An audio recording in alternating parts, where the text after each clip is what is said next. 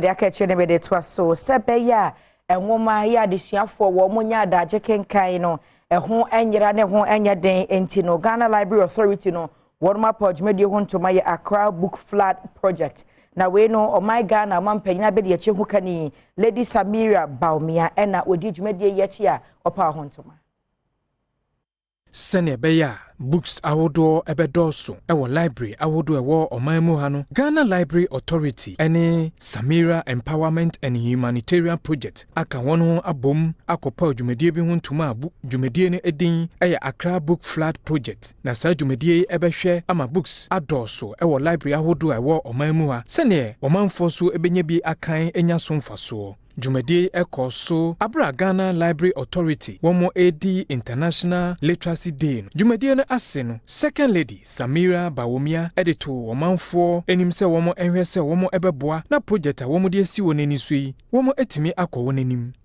Make informed decisions and actively participate in the democratic processes that underpin peaceful and inclusive societies. However, this journey is not without its challenges. Despite significant progress, millions around the world still lack access to quality education and the resources needed to acquire basic literacy skills. Chief Executive Officer Emma Ghana Library Authority Hefo Sian enso editudwa botaya eta projecti echi. Ghana's literacy level is still below global average literacy level.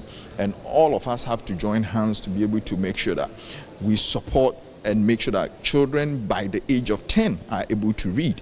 I mean, 2015, we have only 2% of grade 2 kids able to read and understand what they read.